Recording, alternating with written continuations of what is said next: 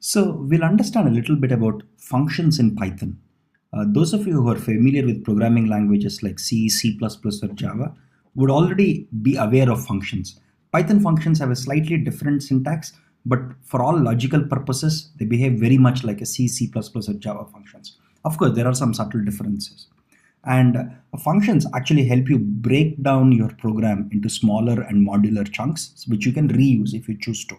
So functions is a very good programming habit. If there is any snippet of code, that you have to reuse multiple times in your program, it's better to put it into a function and call the function.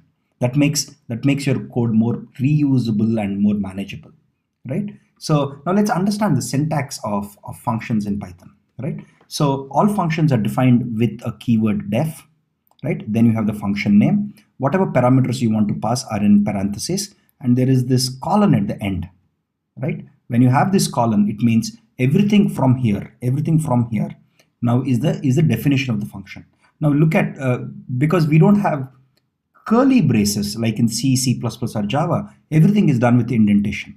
So as soon as you have indentation, so after your colon, everything that is indented is part of your function body, or is part of your function, the code within your function, right? So return statements are optional. Just like your return statement in C, C++, Java, we have return statements in Python also. They are optional. So instead of going through theory, let's go through some simple examples to understand. So imagine if I have a function like this. Okay, so let's take a simple example.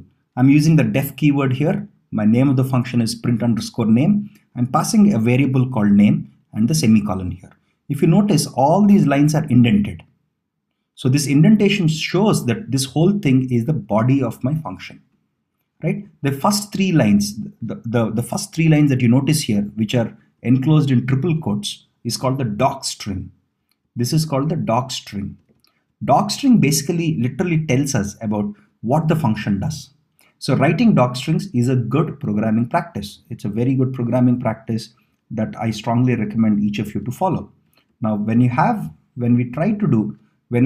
this thing in, when we have docstrings, it's very easy for us to understand what the function does. I don't have to go through and read the whole code of the function. So this function literally what it does is written as a string. Anything in triple quotes is a string, right? So it says this function prints the name, right? And what I'm doing here, I'm just printing hello and concatenating with name, and I'm just printing it, right? Now this is how I define a function. Remember, this function has no return statement, right?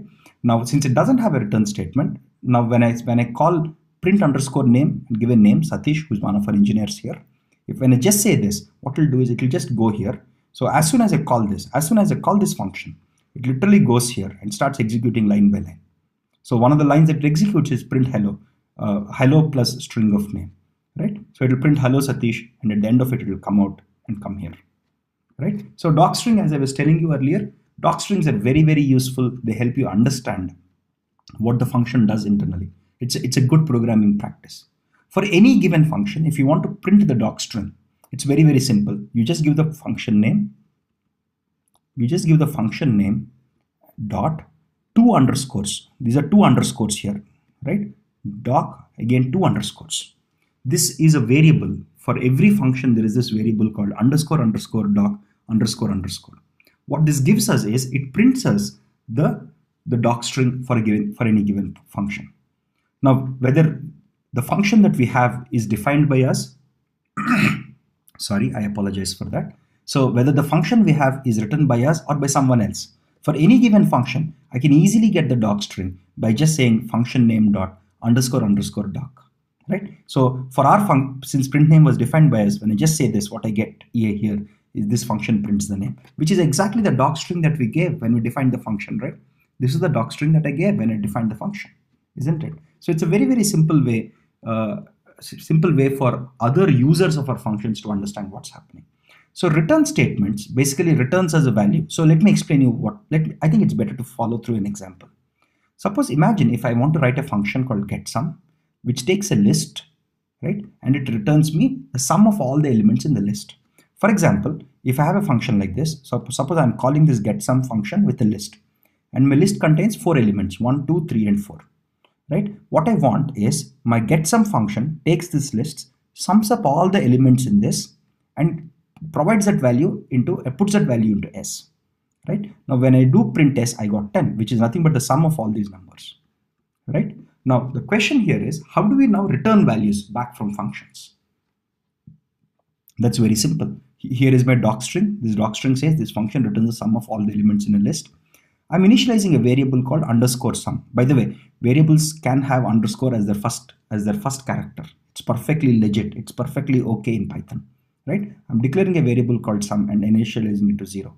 And I'm writing a simple for loop here where I'm taking each element in the list and I'm adding that element to sum. And at the end, this line is important. At the end, what I'm doing here is I'm returning sum. So when I return sum, whenever I call this function, when I call this function, it returns me the sum of all the elements here, and that I can allocate it to a new variable called s, right? So that's what return statements are. One thing you'll notice is in our previous function that we defined, in this function there is no return statement. Okay, so one thing we have to notice is return statements are optional. Return statements are optional. So return statements are optional. When you do not return anything explicitly, Python returns a none object. Okay, Python automatically always returns none whenever you have not explicitly given whenever you have not explicitly returned anything explicitly, right? It returns none by default, right? Now, okay, so this is the docstring that we just saw. Now let's see how functions in general work. Let's assume this is my original code. Let's look at it here, right? This is my function body. Okay, suppose I'm executing a line. At this line, when I call the function name, what happens is immediately I go into the function. I run all the lines of code in the function. At the end of running the last line in the body of the function, I come back to the next line wherever of the code that I have left from. This is how logically it works, right? This is important. So I first run this line. This is my third line. When I go here, I run my fourth line, I run my fifth line. After my fifth line, now I come here.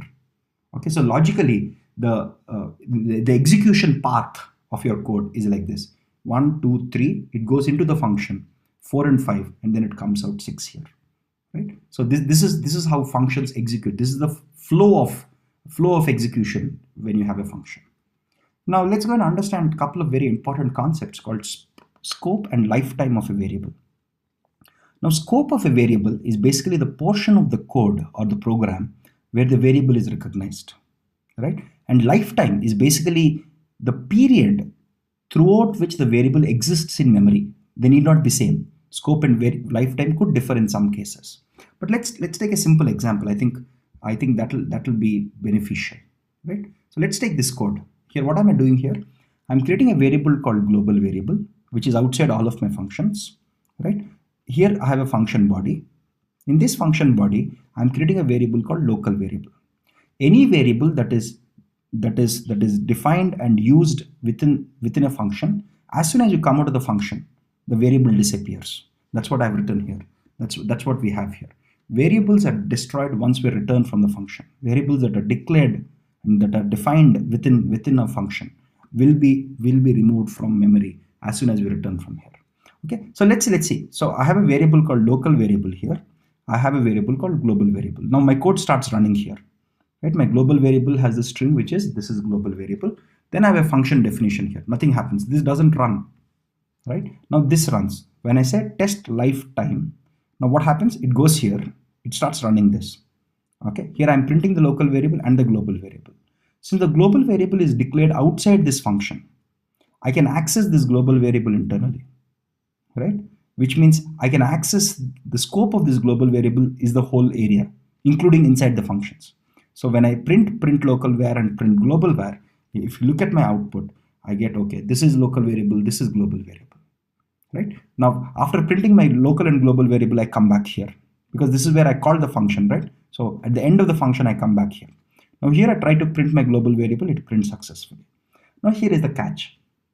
If I try to print local variable now, it literally raises an error, right? So now I'm trying to print my local variable. What happens is this line, because remember, if you notice, the local variable is declared inside this function, right? As soon as I come out of the function, that local variable cannot be accessed anymore, right? But I tried to access it. Now let's see what type of error it would give. Here I'm saying print local var. As soon as it says that, it gives me something called a name error, and it says local var is not defined to start with. I don't know what local var is, and it has raised this error for us. So with this program, we can understand the difference between a variable that is defined within a function and outside the function. This, of course, the idea of scope and lifetime of variables is much more intricate.